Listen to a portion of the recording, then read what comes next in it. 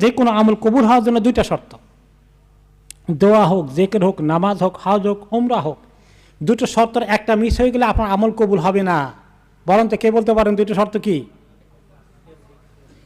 এক নম্বরটা ইখলাস, আল্লাহর সন্তুষ্টি, আল্লাহর কাছে কবুল হওয়া চাই। কেউ যেন আমার এটা নিয়ে বাহবা না দেয়, কাউকে দেখাতে চাই না। কাকে খুশি করব? আল্লাহ তাআলাকে। আর দুই নম্বরটা কি? রাসূলুল্লাহ সাল্লাল্লাহু আলাইহি ওয়াসাল্লামের সুন্নত মোতাবেক হচ্ছে কিনা আমার আমলটা। অনেক বড় বিশাল আমল করেছি, কিন্তু রাসূলুল্লাহ সাল্লাল্লাহু আলাইহি ওয়াসাল্লামের সুন্নত তরিকা অনুযায়ী হয় নাই, এই আমলটা কবুল হবে না। এই কথা খুব ভালো করে মুখস্থ করবেন। নিজেরা আমল করি, দেশে আমাদের লোকজনকে শিখাই যে দেখো এই এমন আমল করো না যে আমল আল্লাহ তাআলার কাছে কবুল হবে না। দুটো শর্তকেই ঠিক রাখতে হবে। অনেক সময় আমলের মধ্যে ইখলাস থাকে না। যেমন এক্সাম্পল, সিন্নি করবে বাবা মারা গেছে,